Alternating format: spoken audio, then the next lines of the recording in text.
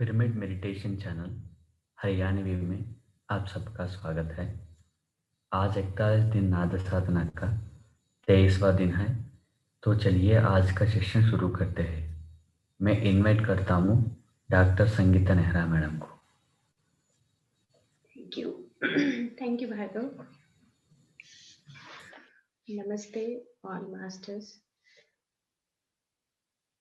चलिए हम शुरू करते हैं नाद साधना। हम पहले एक बार बॉडी को अच्छी तरीके से रब करेंगे। थोड़ा चेहरे को रब कर लीजिए, अपने हाथों को रब करेंगे।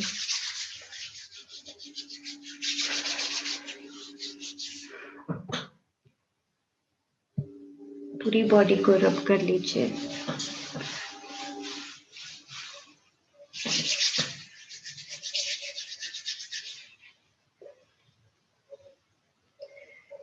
आराम से बैठ जाइए। आप सुखमय आसन में अपनी जगह ले लीजिए।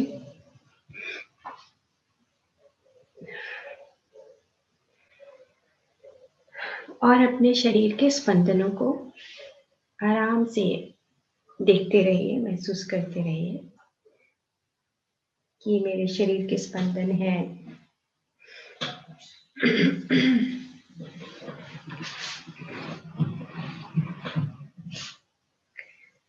सुखमय आसन,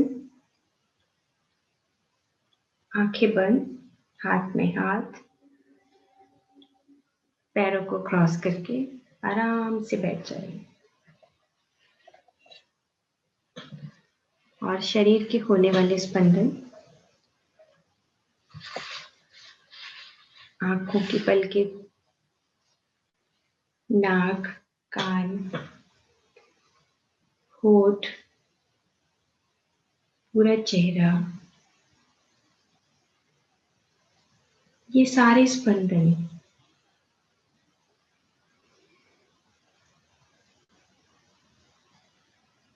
बाहर की जो ब्रह्मांड की वाइब्रेशंस हैं, ब्रह्मांड का जो नाद है, उसी नाद से हमारे भीतर भी जो स्पंदन पैदा होता है, ये वही स्पंदन है जो हमारे भौतिक शरीर पे रहता है। बॉडी सेंसेशंस, बॉडी हर चीज का सेंस करती है, अच्छे का, बुरे का,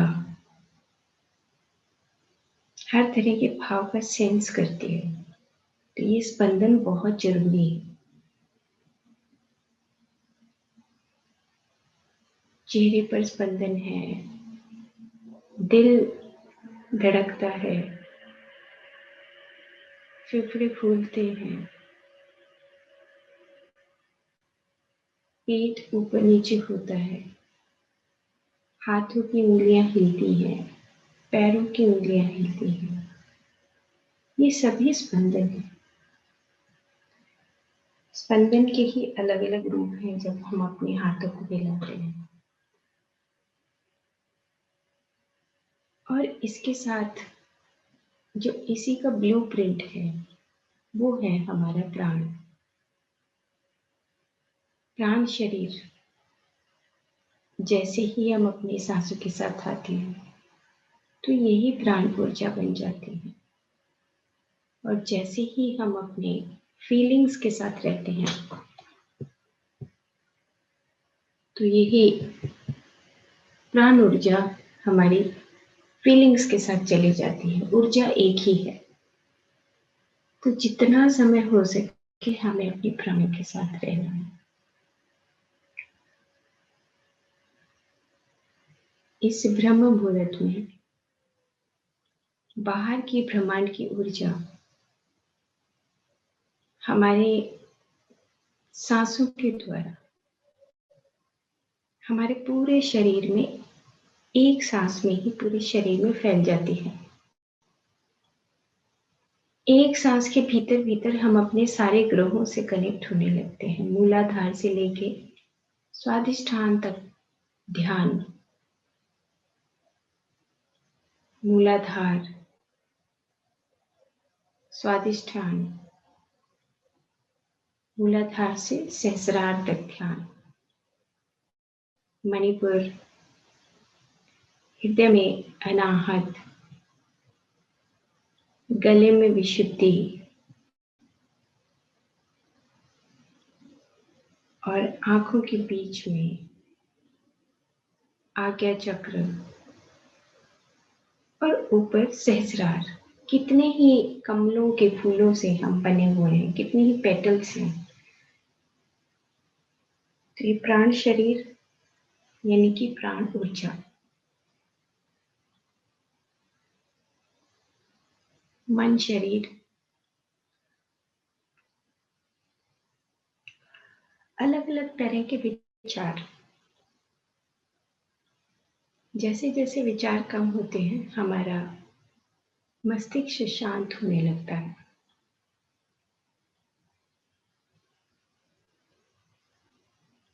और जैसे जैसे शांत होता है तो हमारे चित्त की वृत्तियां अपने आप कम होने लगती हैं। कारण शरीर, कारण शरीर में हमारी जो ऊर्जा है, एक अलग तरह की ऊर्जा जो बहुत सारी यादों को संजो के रखती है, उन सबको छोड़ना है। इसीलिए उनको छोड़ने का एकमात्र माध्यम क्या है? वो है प्राण। प्राण कर्म।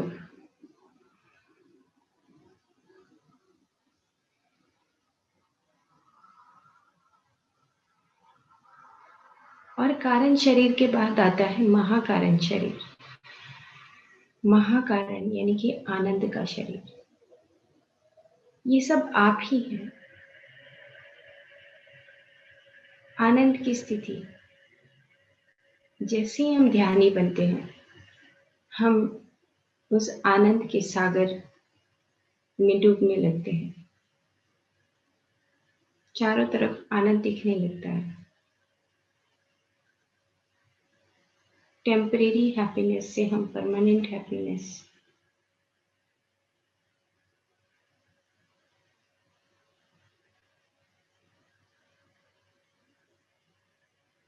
विश्व में शरीर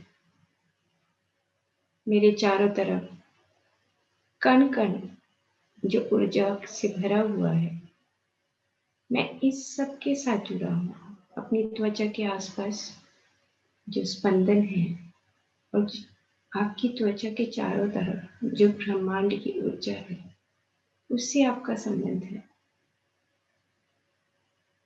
जैसा हम अंदर से बाहर की तरफ ऊर्जा को फेंकते हैं, वैसे ही ऊर्जा हमारे पूरे ब्रह्मांड में जाती है।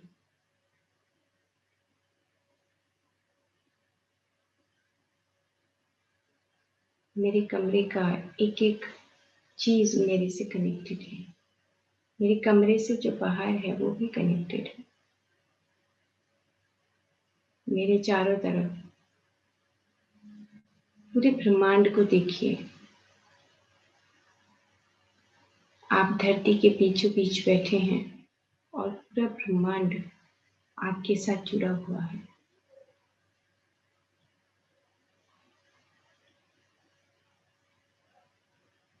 ये विश्व में शरीर है। जब हमारा मन और कारण शरीर हमसे दूर हो जाता है, धीरे धीरे हमारे कर्म, प्रारब्ध कर्म, आगामी कर्म खत्म हो जाते हैं। कृष्ण, भगवान श्री कृष्ण बोलते हैं कि इस लोक में मेरे लिए करने के लिए कोई भी कर्म नहीं है। मैं तो यहाँ पर सिर्फ और सिर्फ धर्म और अधर्म को बताने के लिए आया हूँ। सेम इसी तरीके से जब हम ये बात समझने लगते हैं, तो हम भी यहाँ पर लोक कल्याण के लिए इसी जन्म में परमात्मा बन जाते हैं। निर्वाण में शरीर, जन्म और मृत्यु है ही नहीं। मैं शाश्वत हूँ। अहम ब्रह्मास्मि, आपो दीपो भव, योगी भव, अल्लाहु अकबर, ये सब एक है। यही निर्वाण में शरीर है।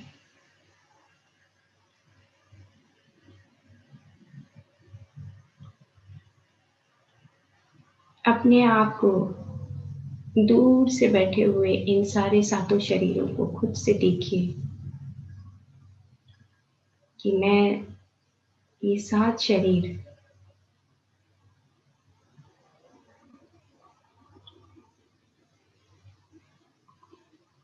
इनसे बना हुआ हूँ। सांस बाहर से अंदर जा रही है और जैसे ही सांस टकराती है मेरे अंदर से वो तरंग पैदा होती है, स्वर पैदा होता है, नाद पैदा होता है। हर किसी का अपना स्वयं का नाद है, हर किसी का अपना स्वयं का शब्द है, वाइब्रेशन है। स और ह, इसके बीच में सारे शब्द और स्वर आ जाते हैं।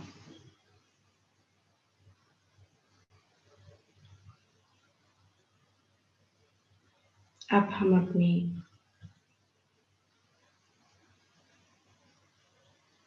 सारे सातों शरीरों से कनेक्ट हो गए हैं।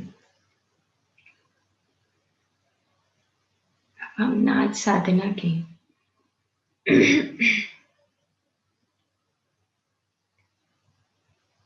उन महान परमात्माओं को आमंत्रित करते हैं बहुत ही प्रेम से, जिन्होंने इस पूरे सृष्टि क्रम को एक मैथमेटिक्स के एक बहुत बड़े सृष्टि क्रम को रच रखा है। महादेव और महादेवी, महाकाल और महाकाली उनको आमंत्रित करते हैं इस पूरे ब्रह्मांड को काल में समेटे हुए उस महादेव और महादेवी को यहाँ पर आमंत्रित करते हैं, जिन्होंने नाद साधना से, नटराज से, नृत्य से, संगीत से, श्रुति से ये पूरे ब्रह्मांड को संभाले हुए हैं। अपने चारों तरफ उन मास्टर्स को आते हुए खुद महसूस करिए। महाअवतार बाबा, ब्रह्म ऋषि पत्री जी और ब्रह्मांड के अनेकों लोगों के संगीत के देवी देवता हमारे सबकी नाद साधना के सभी ध्यानों की वाइब्रेशंस को वो महसूस कर रहे हैं। हम उनको आमंत्रित करते हैं कि हमारे इस नाद साधना में हमारे जीवन को असीम यात्रा पर ले जाए।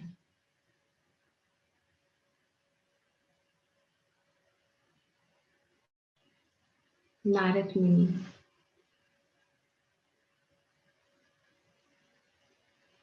और शक्ति के स्वरूप में मां सरस्वती,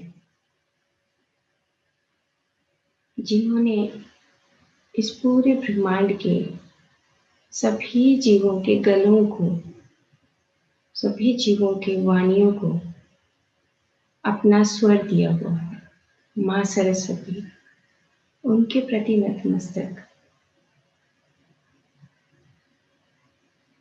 हर पक्षी के, पशु के गले में जो स्वर है वहां पे मां सरस्वती है।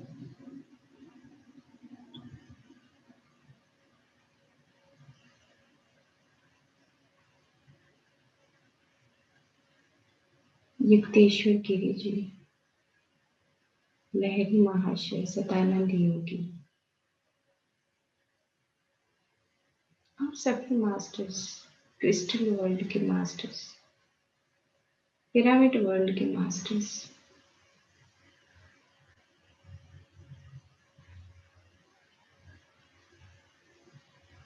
बाहर से अंदर जाती हुई सांस, और जैसे ही ये सांस अंदर जाती है तो मेरा मूलाधार चक्र एक्टिवेट होता है, जागृत होता है, और फिर मूलाधार से ऊपर स्वादिष्ठान और मणिपुर, नाभि तक 3 चक्र, और उससे ऊपर अनाहत, विशुद्धि, आज्ञा चक्र,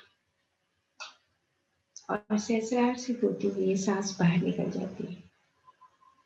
कितना अच्छा इसका सफर है। सांस जब अंदर आती है तो हमारी ग्रहों को, राशियों को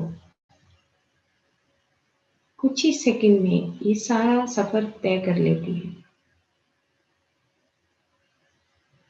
आनापानसति, सांस का आना और जाना, और उसी के साथ एक हो जाना। हमारे सारे ग्रह, सारी राशियां, सारे नक्षत्र, इन सब की यात्रा अगर हमें करनी है तो वो एक सांस में हम ये सारी यात्रा कर लेते हैं। तो सांस लेते रहिए और छोड़ते रहिए।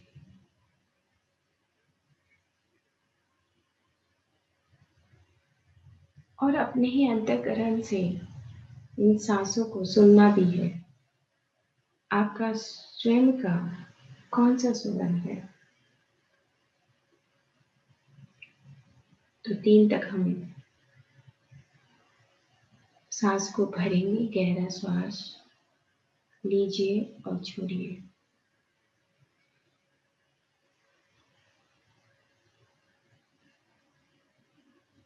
जैसे ही आप गहरा सांस लेते हैं और जब सांस को छोड़ते हैं तो पूरा सांस को खाली करना है। सांस को भरना है और छोड़ना है।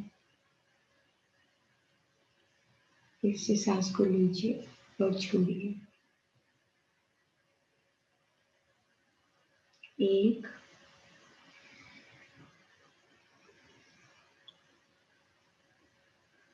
2,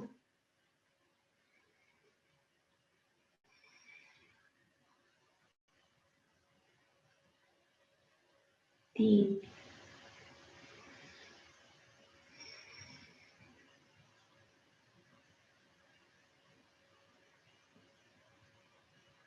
जब हम सांस को छोड़ते हैं और सांस नीचे से ऊपर की तरफ जाता है तो यही कुंडलिनी है। और वैज्ञानिक भाषा में जब हम सांस को छोड़ते हैं तो जो ऑक्सीजन और कार्बन डाइऑक्साइड उसका जो बेड होता है उस पर ज़्यादा समय मिलता है कि ज़्यादा से ज़्यादा टॉक्सिन्स रिलीज होते हैं। तो जब हम सांस को छोड़ते हैं तो पूरा ध्यान सांस पे छोड़ते हुए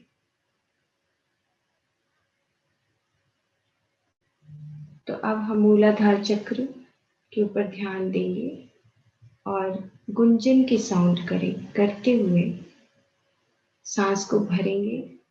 1-2 सेकंड के लिए रोकेंगे और फिर गुंजन की साउंड करते हुए सांस को बाहर निकालेंगे।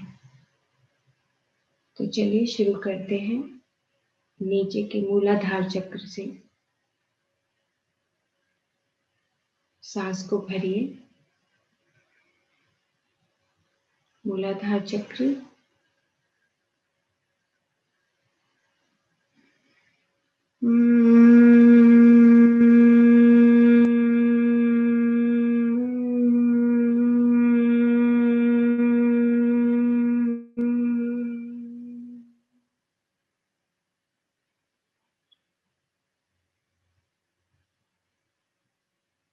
एक सांस ले भी सकते हैं, छोड़ सकते हैं, आराम से करना है, कोई जल्दी नहीं है।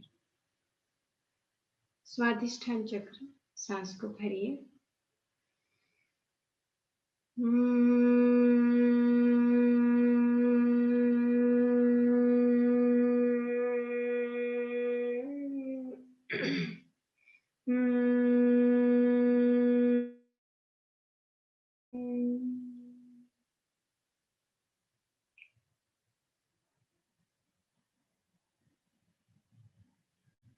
मणिपुर चक्र, सांस को भरिए।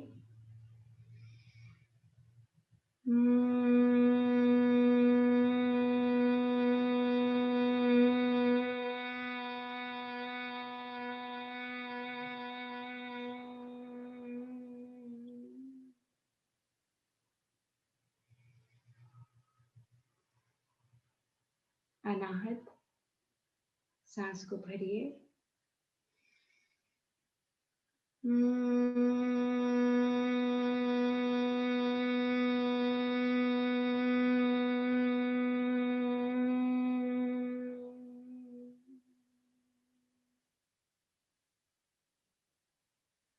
विशुद्धि, सांस को भरिए।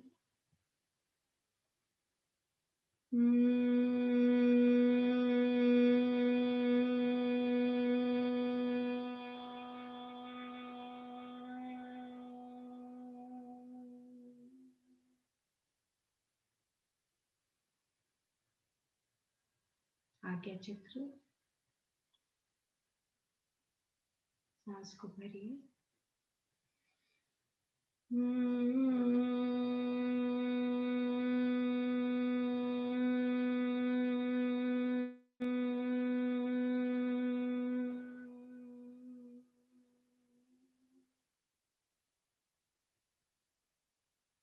सहस्रार, सांस को भरिए।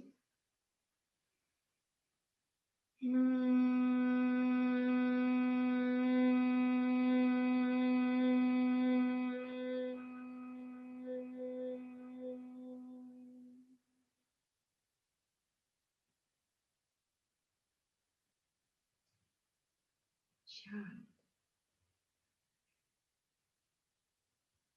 और अपने शरीर में होने वाले उन वाइब्रेशन से मूलाधार चक्र पर ध्यान ले जाइए।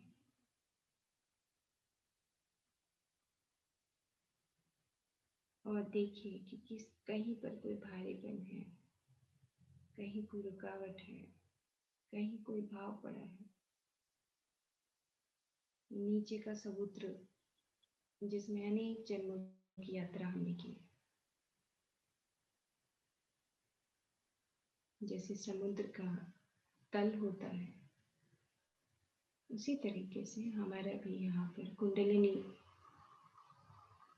सो जाती है अगर हम जागृत नहीं रहते। जितने भी इग्नोरेंस में हम कर्म करते हैं बिना सोचे समझे, वो सब कर्म हमारे मूलाधार चक्र पर होते हैं। इस कुंडलिनी को जगाना है। हमारे मूलाधार चक्र के चारों तरफ कोई अगर कोमल अंग है तो उन सब में ये वाइब्रेशन जानी चाहिए।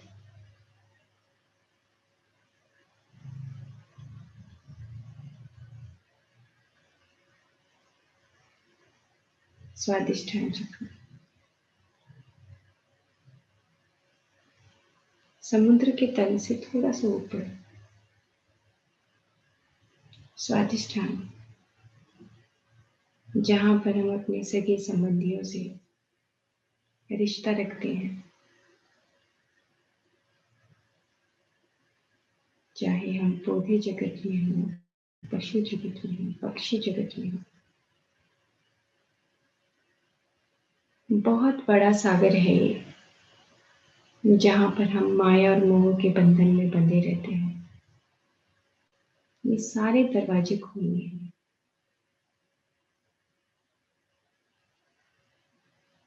मणिपुर, अहंकार,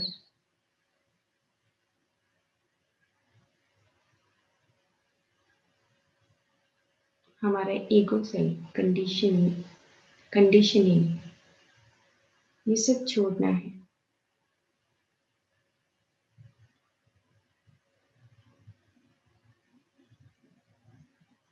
अनाहत,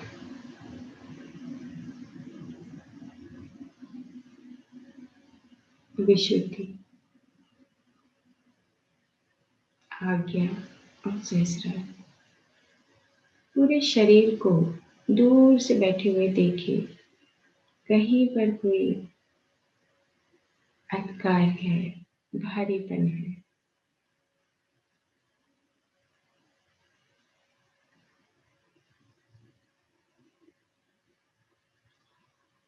एक बार हम फिर से मूलाधार चक्र पर ध्यान लेके जाएंगे और गुंजन करेंगे। सांस को भरना है और वहां से रोककर 1 सेकेंड के लिए और फिर गुंजन करते हुए सांस को बाहर निकालना है। तो मूलाधार चक्र, सांस को भरिए।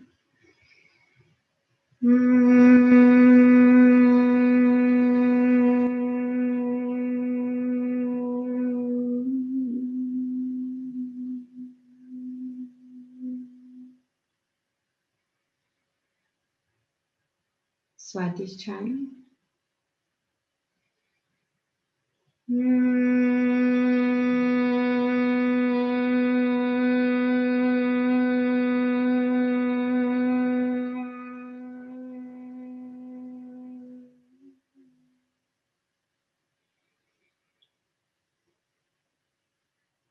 मणिपुर।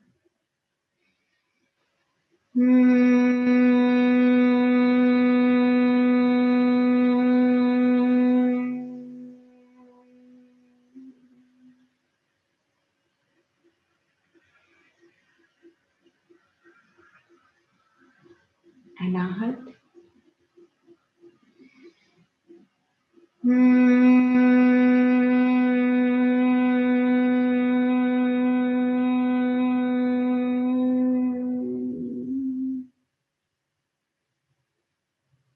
विशुद्धि।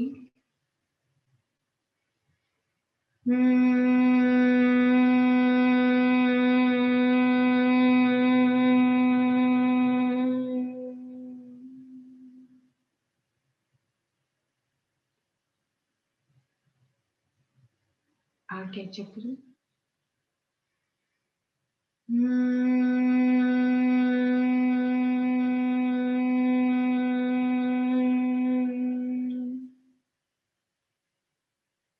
और सहस्रार।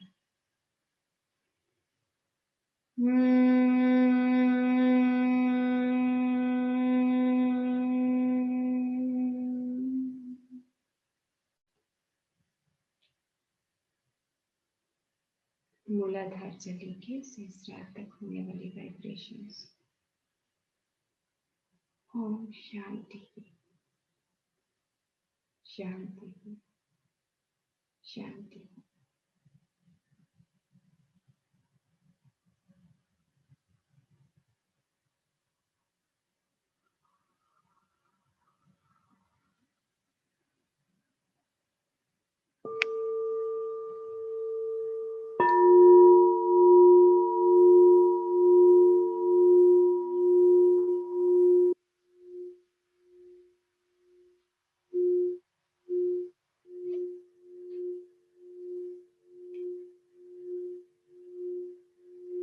अपने जीवन को इस मोक्ष की तरह आखिरी जीवन बनाना है। यही हमारा जीवन का उद्देश्य है।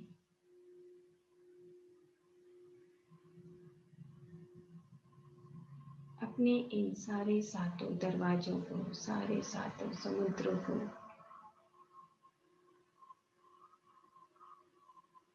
वहां से हमें इस समुद्र मंथन में अपने सांस के माध्यम से किसी भी तरह का ग्रह, नक्षत्र, राशि, कुछ भी, कोई भी किसी भी तरह की वृत्ति है, वो सब छोड़कर हमें स्वयं में प्रकाशमान हो जाना है। तमसो मां ज्योतिर्गमय, मृत्यु मां अमृतम गम्य, अस्तो मां सद्गम्य।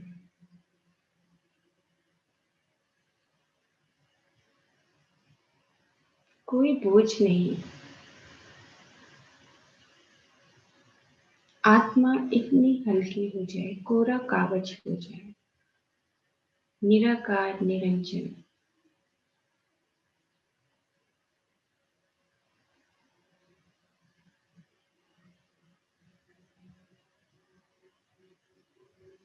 अब हम एक बार फिर से मैं 7 तक गिनती गिनूंगी।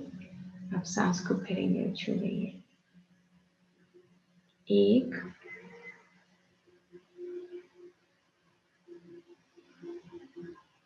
2,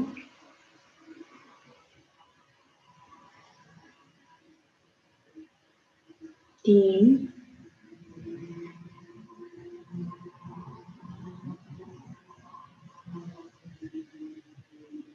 4,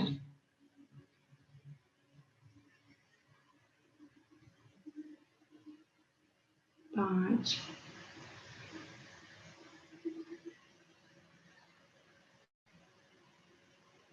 6,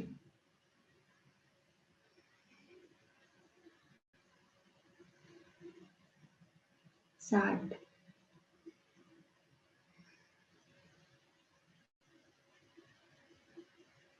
आप इस धरती पर बीचों बीच बैठे हैं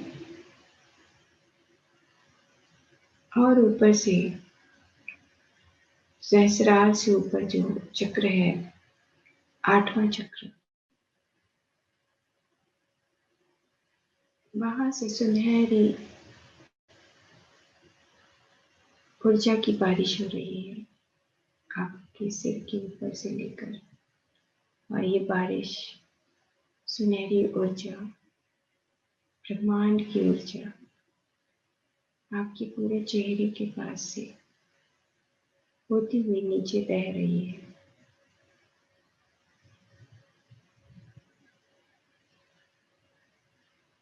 और नीचे तक, पूरे शरीर तक, आपके हाथों से होती हुई, छाती से होती हुई नाभि तक पहुंच गई है। और नाभि से नीचे पूरी टांगों तक।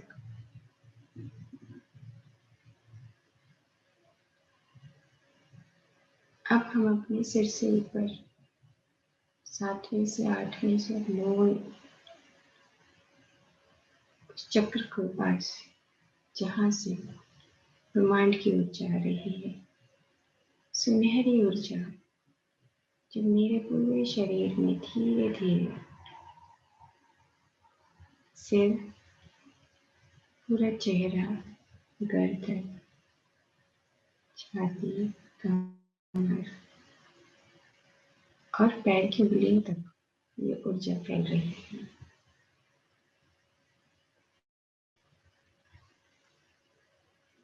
फिर से अपने सहस्रार से ऊपर 8वें और 9वें चक्र से ऊपर 10वां चक्र, वहां से ऊर्जा आ रही है, जैसे पिरामिड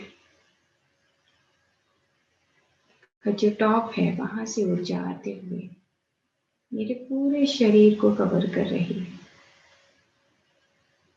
एस्ट्रल पिरामिड्स,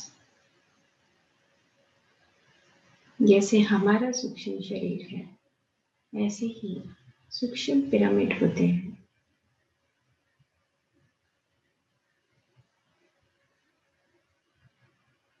आपके सिर के 10वें चक्र से और उससे ऊपर 11वें और 12वें चक्र से पूरे ब्रह्मांड की ऊर्जा को समेट कर वो जो पिरामिड है, वहीं से ऊर्जा हमारे पूरे शरीर में बैठ रही है।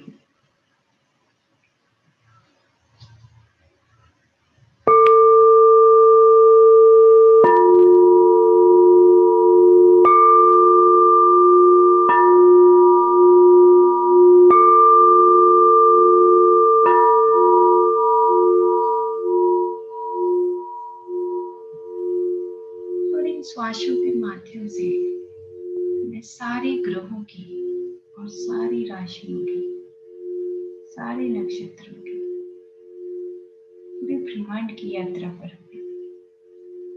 ये सांस, मुझे हर सांस में सभी ग्रहों की यात्रा कराता है, अपनी ही सांसों के साथ दोस्ती, अपनी ही सांसों के साथ मस्ती।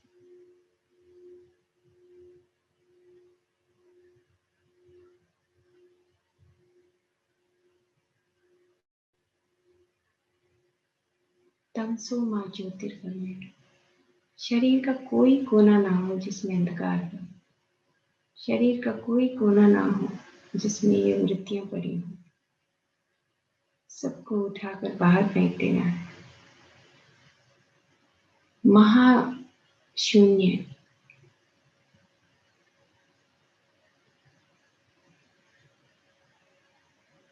महाकाल,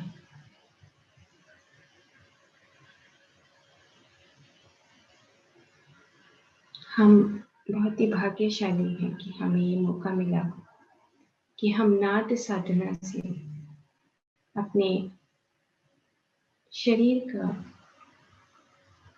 मन और कारण शरीर में जितनी भी वृत्तियां हैं उनको छोड़ने का मौका मिल रहा है। अब हम धीरे धीरे गहरे ध्यान में उतर जाएंगे।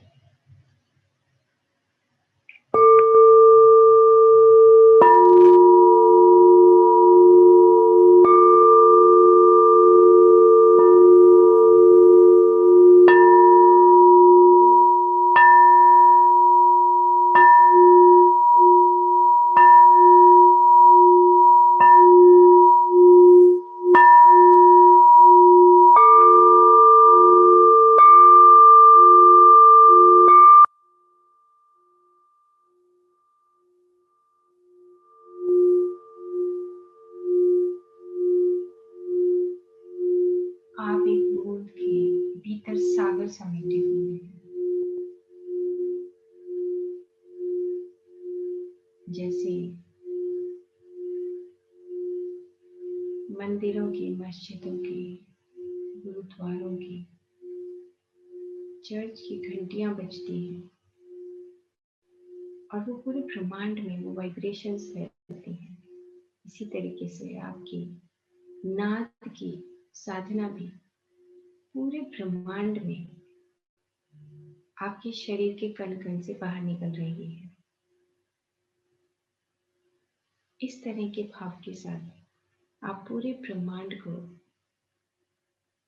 अपनी ही ऊर्जा से ओतप्रोत कर रहे हैं। आपके चारों तरफ भी परमात्माएं हैं, ये आराम से अपने आनंद के स्वरूप में बैठी हैं।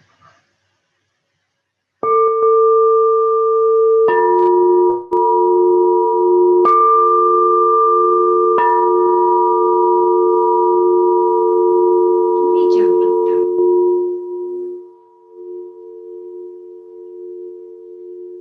अक्षरम परम ब्रह्म, कभी न मिटने वाला नाद में ही है।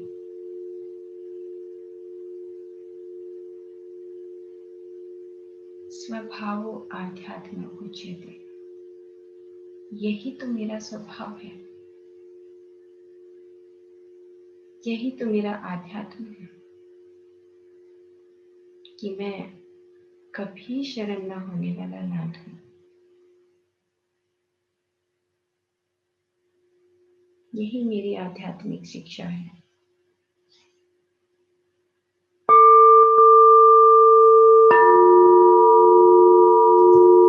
भूत भावो उद्धव करो, विसर्ग कर्म संचिते। पता नहीं मैं क्या क्या भूल कर कर्म पैदा कर लेता हूँ, पता नहीं मैं क्या क्या सोच कर कर्मों को जन्म देता हूँ।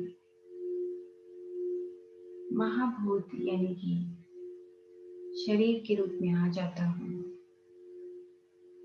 और विसर्ग कर चला जाता हूँ, फिर आ जाता हूँ। मेरे भीतर जो नाद है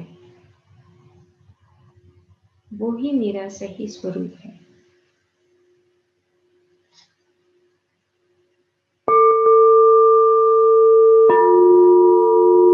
धीरे धीरे गहरे ध्यान में अपनी सांसों के साथ रहते हुए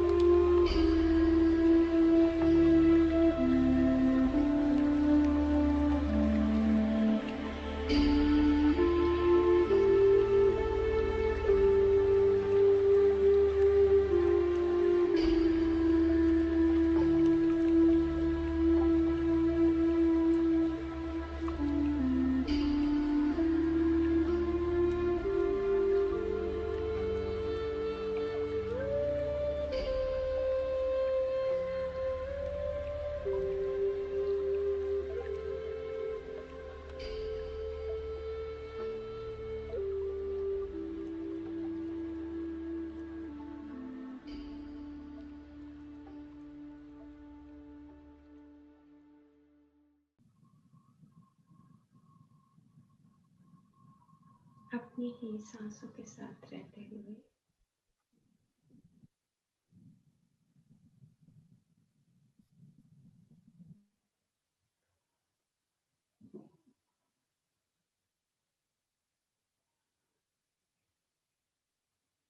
अपने ही दिव्य चक्षु से हम अपने शरीर के भीतर के उन सभी चक्रों को, उन सभी रंगों को देखेंगे। किस तरह के रंग मेरे शरीर में हैं।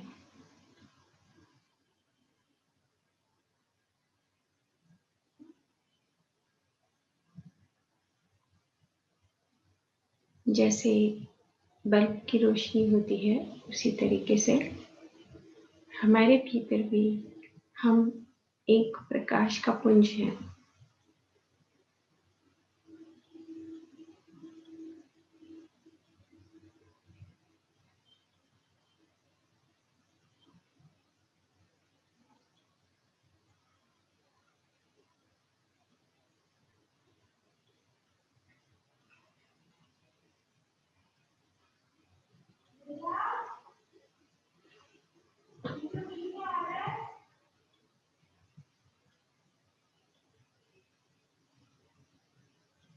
अपनी ही सांसों के साथ रहते हुए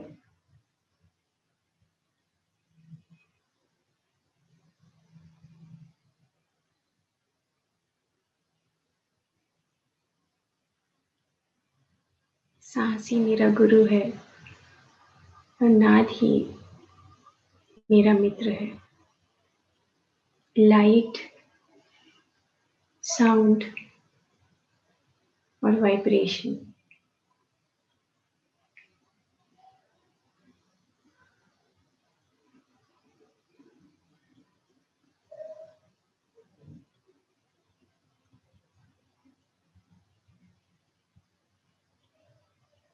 ये प्रकाश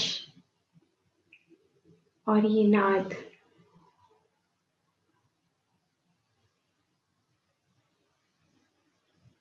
और वाइब्रेशंस, जो स्पंदन है,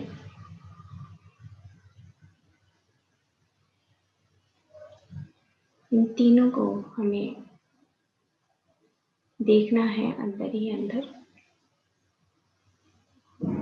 कहीं पर भी अचेतन नहीं, सब जगह चेतन ही चेतन।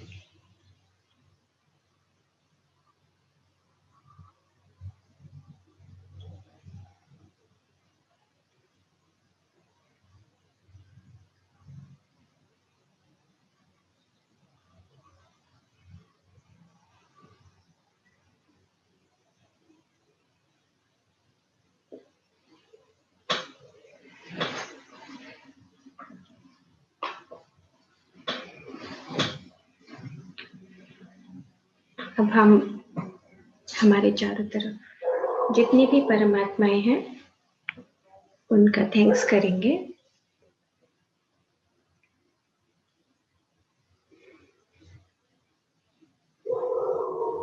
उन सभी का हृदय से हम धन्यवाद करते हैं, थैंक्स करते हैं, ग्रैटिट्यूड करते हैं, रेवरेंस करते हैं।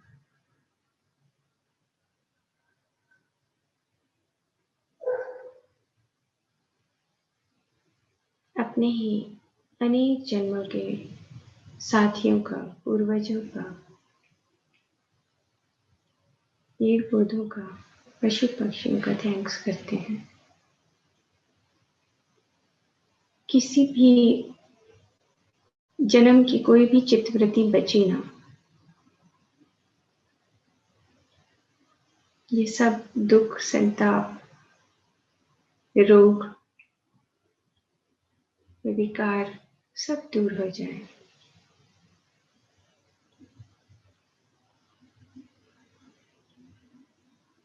ना अहंकार बचे, ना माया मोह किसी के साथ, और ना ही किसी के साथ लिप्तता। निर्लेप का भाव।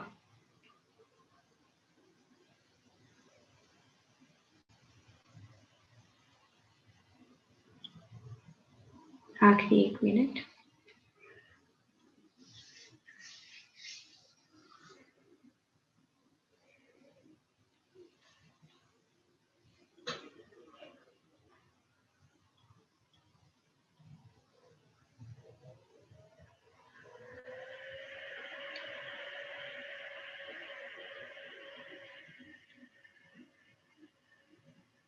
सत चित आनंद।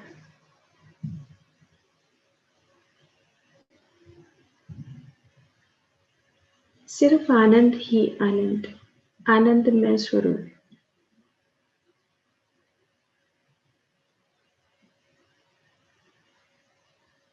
अंदर ही अंदर स्माइल, मुस्कुराहट, खुशी, फ्रीडम,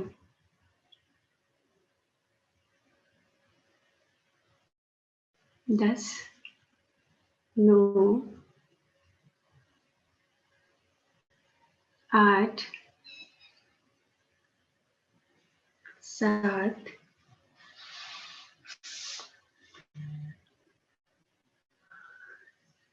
6, 5, 4, 3, 2, 1, 0। आराम से अपने दोनों हाथों को उठाकर अपने चेहरे पर रखिए।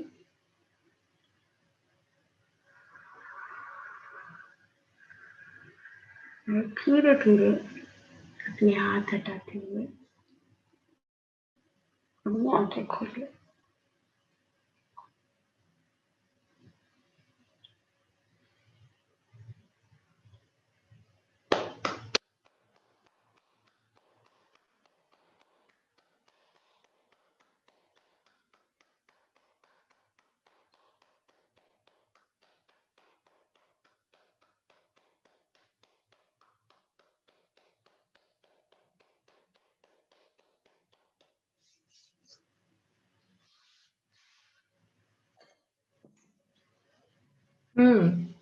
तो पानी पी लीजिए।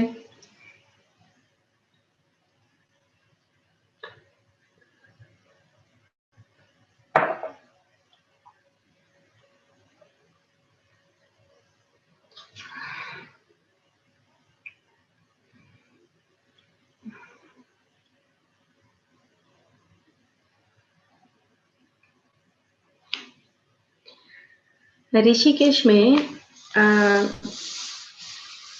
परमहंस योगानंद जी का जो आश्रम है, वो अगर आप जब मौका मिले तो उसको जरूर देखना।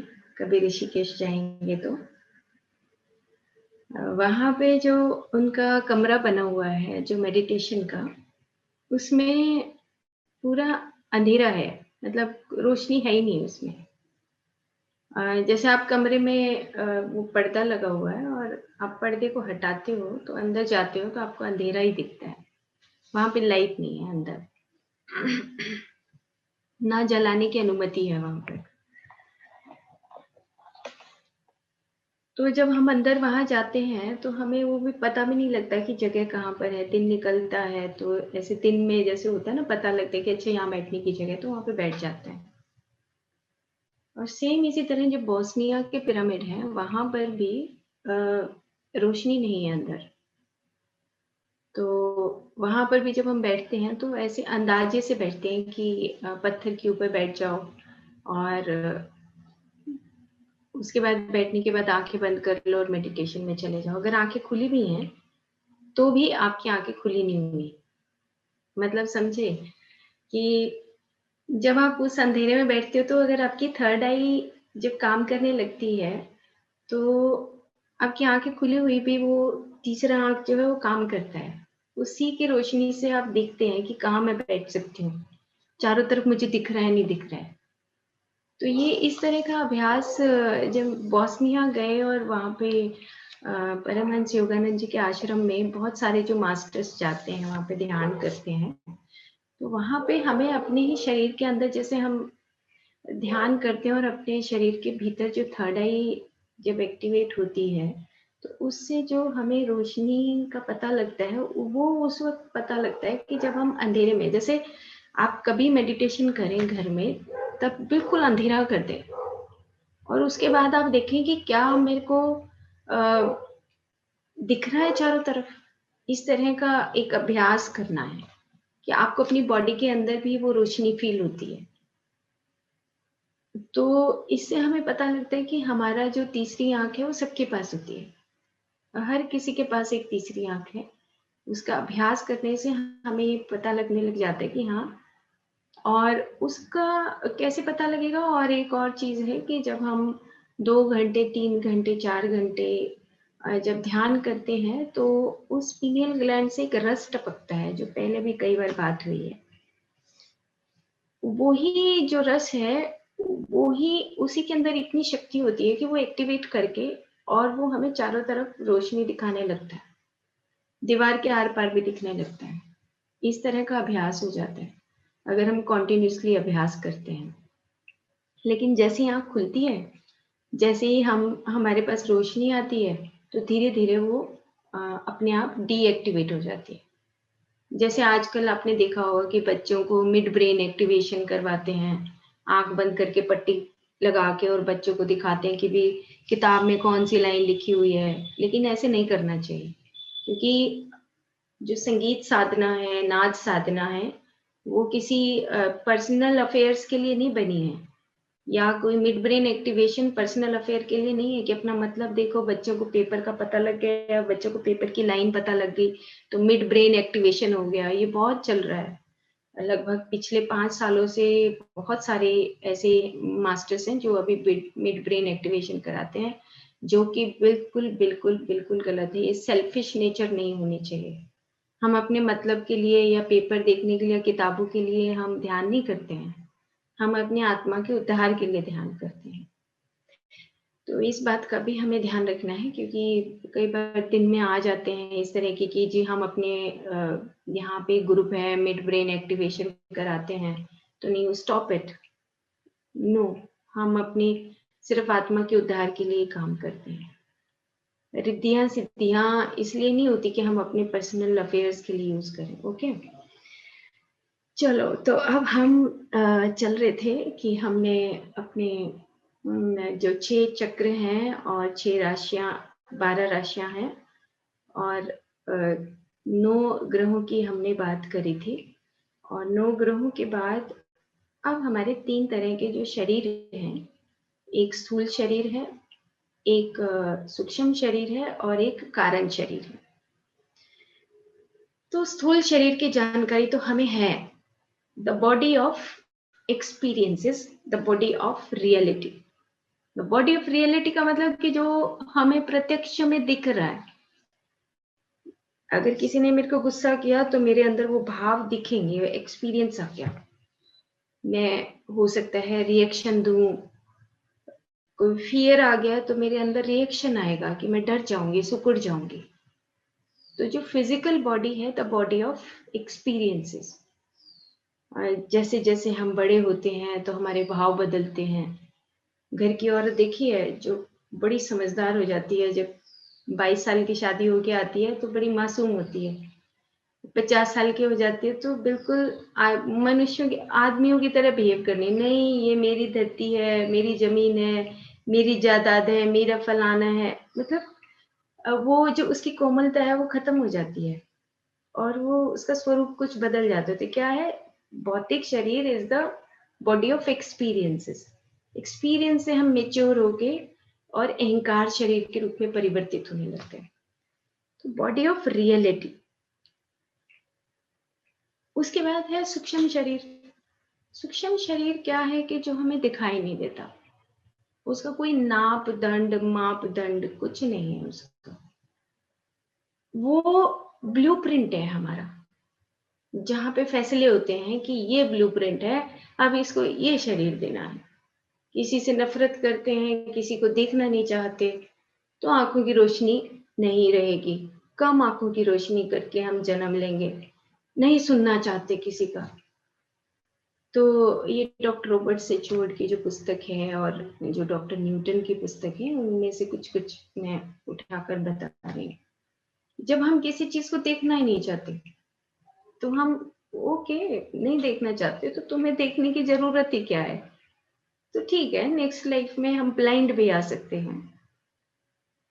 तो जो विश्व में शरीर इसीलिए कि हम सबको एक्सेप्ट करें, सबको स्वीकार करें। तो जो सूक्ष्म शरीर है उसमें हमें ये ध्यान रखना है कि हम सूक्ष्म शरीर दिखाई नहीं देता, हमारे भाव, हमारे इमोशंस, हमारी थिंकिंग, हमारा मन, बुद्धि, पंच इंद्रियां, ये सब सूक्ष्म शरीर का हिस्सा है। और जो कारण शरीर है, कारण शरीर यहाँ पर, अब मैं उस लाइन पे आ रही हूँ जहाँ पे ये लाइन लिखी हुई है। उन्होंने कहा कि जो आपका ब्लूप्रिंट है वो आपका सूक्ष्म शरीर है।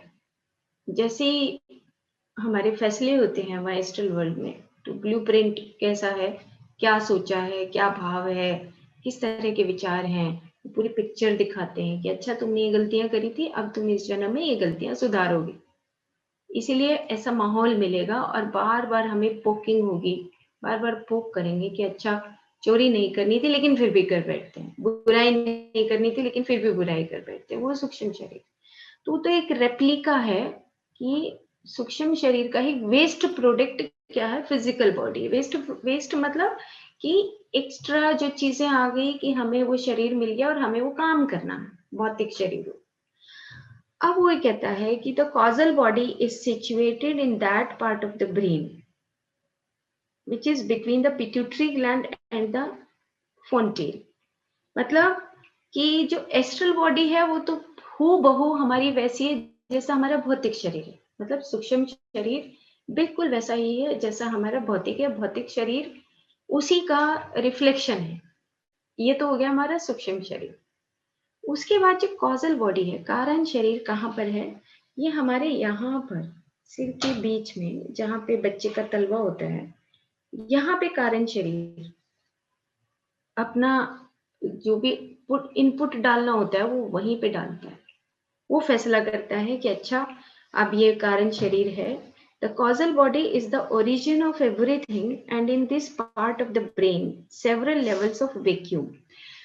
खाली चिदाकाश जिसको बोलते हैं, चिदाकाश तो बहुत मेन शब्द है जब हम स्पिरिचुअलिटी में, आध्यात्मिकता में सीखते हैं कि ये चिदाकाश है। चिदाकाश का मतलब जब आप फ्री बर्ड की तरह, आप आजाद हैं, आप मुक्ति, मुक्ति जिसको बोलते हैं, मुक्त आत्मा, वो है आपका वैक्यूम।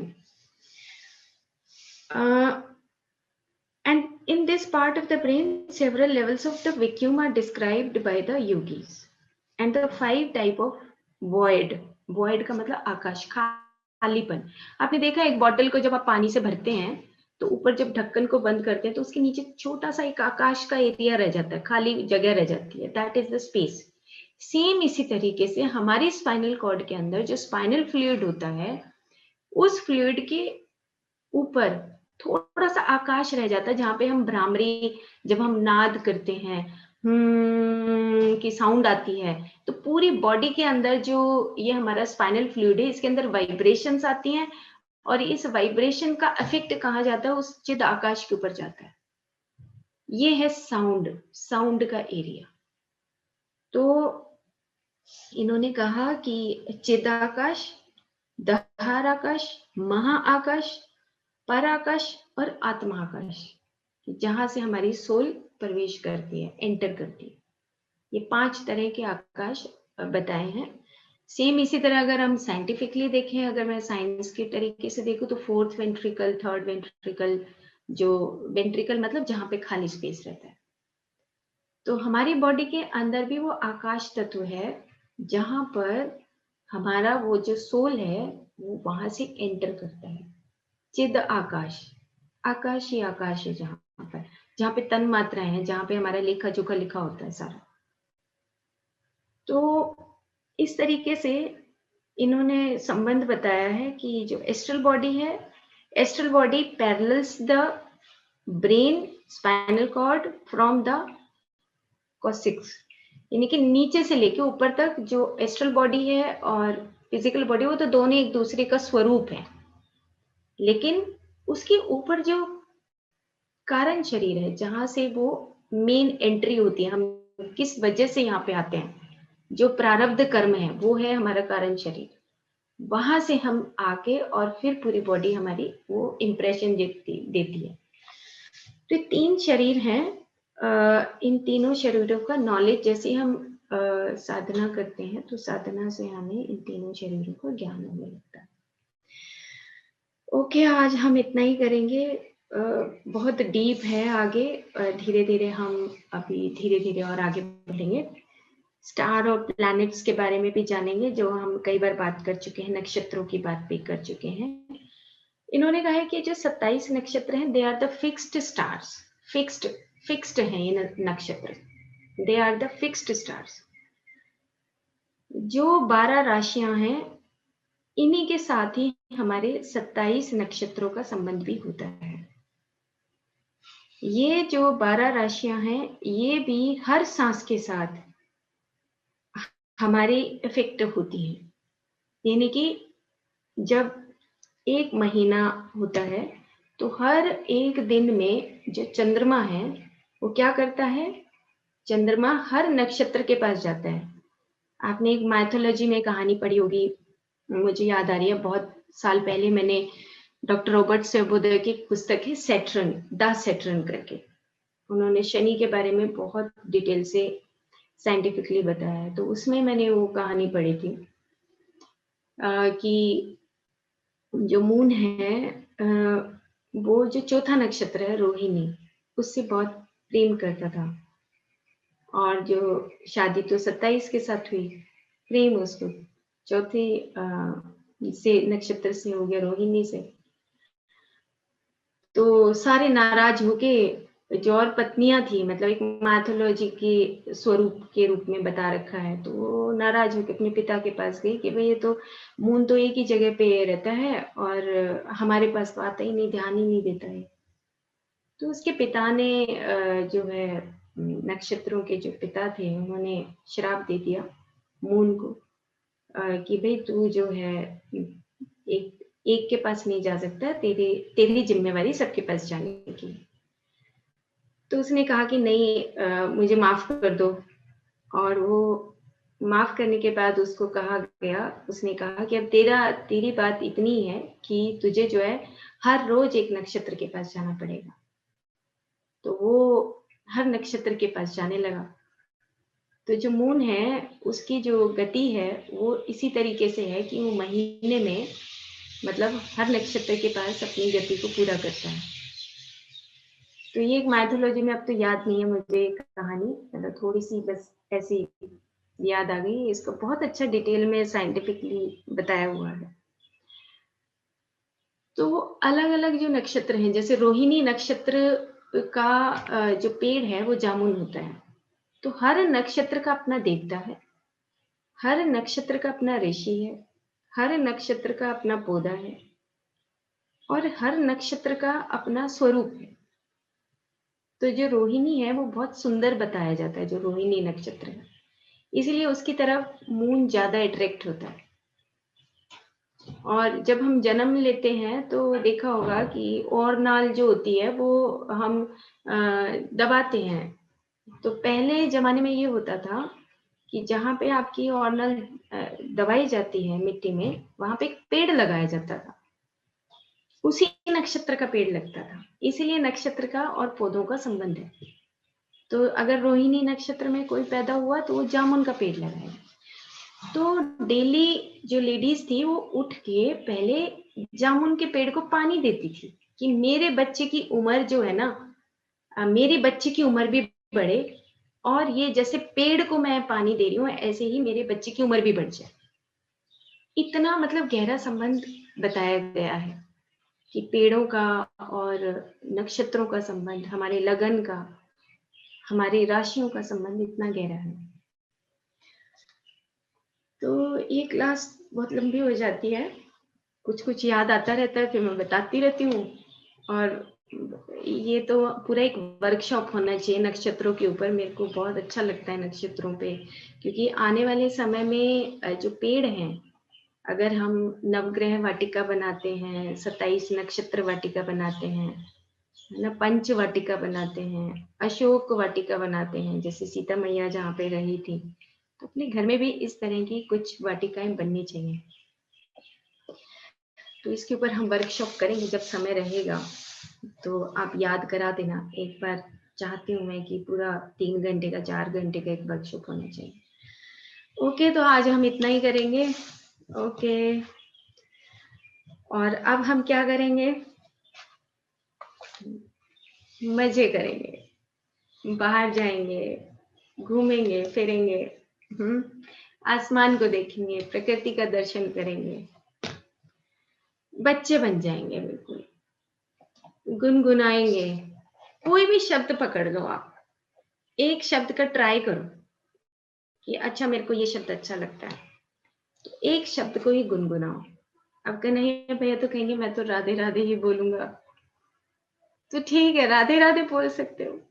र शब्द जो है वो लिप्त नहीं है, वो निर्लिप्त है। मैंने ये अनुभव किया जब तारा माँ का तारा बोलते हैं ना, तो तारा जो गॉडेस है, उसमें र जो शब्द है वो एक ऐसा शब्द है कि जो निर्लिप्त है, वो चिपका नहीं हुआ किसी से। रे देखो, आप बोलो कहीं जीभ के बीच में कहीं टच होती हो तो रे कितना मतलब एक ताकतवर शब्द है। वो कहते हैं ना भगवान कृष्ण तो उसके मुंह में फंसे हुए हैं, तो सेम बात है वही कि वो र एक ऐसा है। और रा एक बहुत बड़ा एक पुस्तक लिखा गया है, बहुत एनलाइटन मास्टर ने, रावण करके। कल परसों शायद कोई बता भी रहा था कि रावण एक बुक है, रा RA 1ON1। बहुत गहरी पुस्तक है, बहुत गहरी पुस्तक है। मतलब रा का कोई अंत ही नहीं है, अनंत है वो। तो रा को जरूर गुनगुनाइए, जो भी आपके अंदर शब्द जो आपको अच्छा लगता है वही शब्द गुनगुनाओ, पक्षियों की आवाज सुनो, ठीक है? ओके, और क्या करोगे अब? ब्रश, अपनी दातुन करोगे, कुछ पत्ते उठा लो, अपने फेस वेस की मसाज भी कर लिया करो। थोड़ा पत्ते उठा के अपने डब्बे में डाल दो। खाली एक टोकरी रखो, जैसे फूलों की नहीं पहले वो परियां रखती थी, फूलों की टोकरियां, ऐसे परी बन जाओ। फूलों की टोकरी ऐसे उठा लो, 3-4 पत्ते उसमें डालो, सूखते रहेंगे वो, और उसके बाद फिर उसको अपने उबटन की तरह यूज करो। बॉडी को हफ्ते में एक बार जरूर से जरूर उन पत्तों के साथ आप रब करके नहा सकते हो, है ना? नो सोप, कोई साबुन की जरूरत नहीं है। इतना हम कोई खेत में नहीं जाते जहाँ पे हम, और वहाँ खेत में भी पसीनों से तो सफाई हो जाती, वहां पे भी जरूरत नहीं है साबुन लगाने की। ओके, ठीक है, चलते हैं, बाय बाय।